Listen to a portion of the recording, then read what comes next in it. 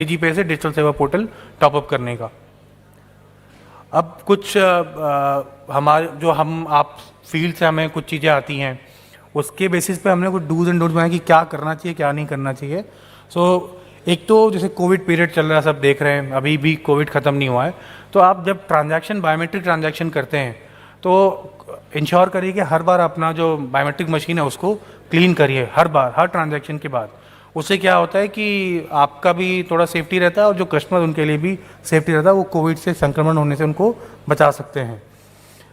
आप कस्टमर को केवल आधार नहीं, अभी क्या कस्टमर के ऊपर है, वो वीआईडी दे चाहे आधार दे, दोनों चीज़ आप डीजीपे में एंटर कर सकते हैं, केवल आधार से ही नहीं। अगर कोई कस्टमर ऐसा है जो आधार नंबर नहीं देना चाहता तो आप वीआईडी से भी उसको ट्रांजैक्शन करा सकते हैं। तो किसी को फोर्स नहीं करेंगे कि हम आपको आधार नंबर ही देना पड़ेगा। अगर उसको वीआईडी पता है तो वीआईडी से भी ट्रांजैक्शन कर सकते हैं। वर्चुअल आईडी जो आधार की टेम्प्रेरी आईडी होती है उससे भी ट्रांजैक्शन होता है। कस्टमर को आप हमेशा ये एजुकेट करके रखिए कि वो आपको जब ट्रांजैक्शन करने आता है तो उसे पता है कि किस खाते में उसका पैसा आता है, कौन सा खाता आधार से लिंक है, तो वही बताए। बहुत फेल्योर हम देखते हैं कि जो बैंक अकाउंट नॉट लिंक्ड और जो 150 नो चेकिंग अकाउंट करके जो फेल्योर होता है वो इसीलिए होता है कि कस्टमर को पता नहीं होता कि उसका कौन सा अकाउंट लिंक है। क्योंकि जनधन अकाउंट में लोगों ने बहुत सारे खाते खोले थे, तो कुछ लोगों के मल्टीपल खाते हो गए, तो उनको ये नहीं पता कि उनका लास्ट वाला कौन सा, किसमें डीबीटी का पैसा आता है। तो वो बोलिए कि वो पता कर ले उनका कौन सा लिंक्ड है और वही बताएं ताकि फेल्योर कम हो सिस्टम में। आप जब ट्रांजैक्शन करते हैं स्पेशली मोबाइल से, तो एक फेल्योर होता है जब आपका बायोमेट्रिक हिल जाता है। आप लॉगिन करके ट्रांजैक्शन करने जाता है और आपका बायोमेट्रिक हिल जाता है तो भी फेल्योर होते हैं, वो लॉग आउट हो जाती है मशीन, फिर आपको लॉगिन करना पड़ता है। तो कोशिश करें आप ढंग का जैक लगाएं या आप लैपटॉप में ट्रांजैक्शन करें और जैक को बार बार हिलाने की कोशिश मत करें। अगर आपके पास एक स्पेयर मोबाइल है तो स्पेयर मोबाइल में ही करें। आप बार बार जैक निकालेंगे करेंगे तो वो जो उसका पिन होता है वो लूज हो जाता है, तो उससे भी आपको ट्रांजैक्शन करने में प्रॉब्लम होगी।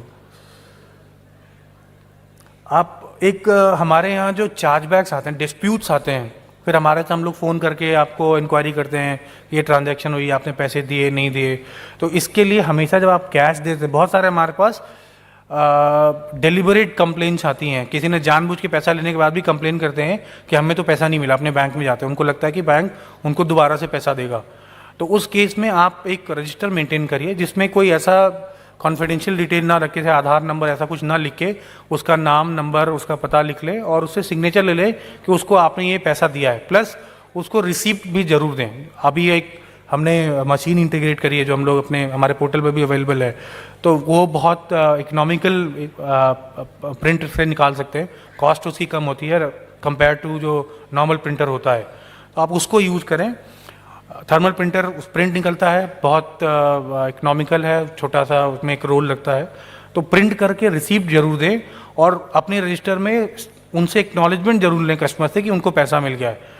तो क्या होता है, ये जो डिस्प्यूट्स आता है अननेसेसरी, आप भी हैरास होते हैं, हमारे यहाँ भी एक प्रोसेस में कोई ना कोई लगा आता है, इंक्वायरी करना, इन्वेस्टिगेटिव रिपोर्ट सबमिट करना, वो हम और आप दोनों बचेंगे उससे।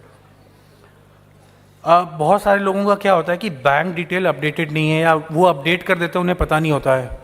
तो जब अपडेट करते हैं तो आपको इंश्योर करें कि आपकी क्यूसी हो जाए, और अपडेट करते समय अपने डॉक्यूमेंट सही से अपलोड करें। डिजिटल सेवा पोर्टल register.ch.gov.in पे जो आप लोग अपडेट करते हैं तो उस पर जो आपका प्रूफ अपलोड करते हैं उसको थोड़ा पिक्चर क्लियर करके करें ताकि वो क्यूसी हो जाए प्रॉपरली और आपका पेमेंट जाने लग जाए। तो आपका बैंक अकाउंट और इनएक्टिव अकाउंट लिंक ना करें। तीसरा, आप कोशिश करिए कि डीजीपे में जो ट्रांजैक्शन करें उसका सेटलमेंट किसी करंट अकाउंट में करें। सेविंग्स अकाउंट में बहुत सारी लिमिट्स होती हैं, तो हम जो पेमेंट करते हैं, पे आउट्स आप जो करते हैं, आप कहते हैं फेल हो गया, तो हर बैंक ने सेविंग अकाउंट में कुछ लिमिट लगा रखी है। तो उससे वो लिमिट क्रॉस होने के बाद वो क्या होता है कि वो एक्सेप्ट करते हैं, 2-3 दिन बाद फिर रिफंड करते हैं, तो आपका पैसा 3-4 दिन तक फंसा रहता है सिस्टम में, बैंकिंग सिस्टम में फंसा था। वो हमारे पास नहीं होता, वो बैंकिंग सिस्टम में फंसा होता है। तो इसलिए कोशिश करें कि आप करंट अकाउंट खोलें जिसमें आपकी लिमिट हो, जिसमें कि आप 2 लाख 3 लाख 4 लाख, आज एक वेली मिले जो लोग कहते हैं कि रोज़ का वो 8 लाख का ट्रांजैक्शन करते हैं, तो ऐसे लोगों के लिए करंट अकाउंट रहेगा तो अच्छा रहेगा। नहीं तो वो 1-2 लाख क्रॉस करने के बाद बैंक रोक देता है, वो एक्सेप्ट नहीं करता, वो रिफंड कर देता है। तो वो करंट अकाउंट आप यूज़ करें डीजीपे के लिए, सेटलमेंट के लिए। एक आइरिस स्कैनर अगर आप कर सकते हैं तो आइरिस स्कैनर से ट्रांजैक्शन करें। आइरिस स्कैनर में फेल्योर बहुत कम है। फेल्योर क्यों, जैसे कैटरैक्ट है, ऐसा कुछ है, वो ज़्यादा है तो ही फेल होता है। बायोमेट्रिक में फेल्योर बहुत सारे रीजन से होता है, किसी के स्वेटिंग होता है हाथ में, ड्राई है फिंगर, या फील्ड में काम करते हैं, मिनीशियस मिट गए, कहीं कट लग गया, तो उसकी वजह से फेल हो जाते हैं। सबसे ज़्यादा फेलियर हमारे सिस्टम में यही है, U3 से या बायोमेट्रिक मिसमैच से फेलियर होते हैं। तो उसको अवॉइड करने के लिए अगर आप आइरिस स्कैनर यूज़ करेंगे तो वो फेलियर कम हो जाएंगे आपके। आखिरी जो एक जो सजेशन है, हमने देखा है कि बहुत सारे प्लेयर्स मार्केट में हैं और सब अपनी ब्रांडिंग करते हैं। हमारा जो डिजीपे की अब जो ये आपने बैनर देखा जो फ्रंट पेज पे, वो बैनर हमने शेयर किया हुआ है। इसका हम लोग अभी अपने पोर्टल पे भी डाल देंगे एक इसका CDR फाइल, तो डाउनलोड करके अपने सेंटर पे भी डिजीपे का जरूर लगाएं, ताकि एक विजिबिलिटी मिले कि यहाँ पे ये सर्विसेज मिलती हैं। अब कुछ चीज़ें जो अवॉइड करनी है ट्रांजैक्शन करते हुए जब डिजीपे का आप काम करते हैं, कस्टमर से कोई पर्सनल डिटेल अगर वो नहीं देना चाहता, कंसेंट नहीं है, तो ज़बरदस्ती मत लीजिए अपना वो मेंटेन करने के लिए रजिस्टर। जैसे आधार अगर नहीं देना चाहता तो आप ज़बरदस्ती मत करिए किसी का आधार लेने के लिए। आधार हम स्टोर नहीं कर सकते, लिख नहीं सकते बिना किसी कंसेंट के। कैश जो डिसबर्सल होता है विड्रॉवल का, जब तक आपको सक्सेस मैसेज नहीं मिल गया तब तक आप किसी को कैश मत दीजिए। आपको कोई रिस्पांस नहीं मिला, ब्लैंक हो गया, अगर ब्लैंक भी हो जाता है तो आप आधे घंटे वेट कर लीजिए, आपको अपना रिफ्रेश करिए लेजर, आपको रिस्पांस मिल जाएगा। तो जब आपको सक्सेस रिस्पांस मिलता है तभी दें, या कस्टमर डिटेल है आपको अगर बाद में भी मिलता है तो आप उसको फ़ोन करके बुला के कैश दे दीजिए।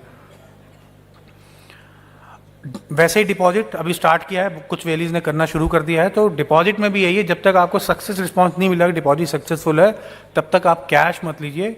अदरवाइज आपको कैश रिफंड करना है, वो फिर रिकनसाइल करना है, आपको दिक्कत होगी। बहुत सारे लोगों को रिकन्सिलिएशन में बहुत कन्फ्यूजन रहती है, किस चीज़ का पैसा कटा, किस चीज़ का आया, तो उसकी वजह से भी आप लोगों के टिकट्स बहुत बढ़ते हैं। तो वो आप अपना खुद का रिकनसाइल करके रखिए। आप कैश लेना या देना, जब तक आपको सक्सेस नहीं मिला, जो ग्रीन टैब आता है जब तक नहीं आता है, आप कैश नहीं दीजिए। DMT रिफंड जैसा मैंने बताया है 2-3 तरीके का, एक ऑटो रिफंड होता है बैंक से, वो हम तुरंत रिफंड कर देते हैं इंस्टेंट। दूसरा DMT रिफंड होता है जिसमें सस्पेक्टेड केस होते हैं, जैसे बैंक को गया और बैंक ने 2 दिन बाद रिफंड किया, तो जब बैंक के पास जो कस्टमर का बैंक है उसको रिफंड आया तो हमें एक OTP आएगी कस्टमर के, जो रिमिटर उसके मोबाइल पे, उस OTP को वो देगा आपको, आप अपने सिस्टम में एंटर करेंगे तब वो आपके इसमें ऑटोमेटिक रिफंड आएगा आपके लेजर में, और वो आप उसको पैसे वापस कर सकते हैं। DMT के केस में भी जब तक आपको सक्सेस मैसेज नहीं मिल गया है, कैश मत लीजिए। सो ये डूज एंड डोंट्स हैं।